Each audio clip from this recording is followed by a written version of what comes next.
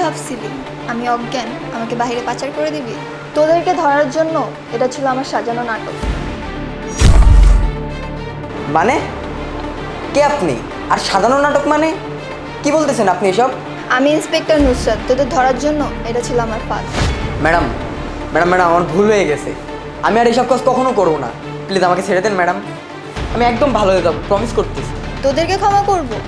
রবিন ভাই ভিতরে আসেন, ওদেরকে নিয়ে যান।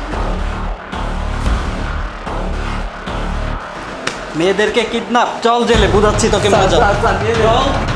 কি তোমাকে আমাকে বলতে হবে? স্যার, আমি কিছু করি। আসো।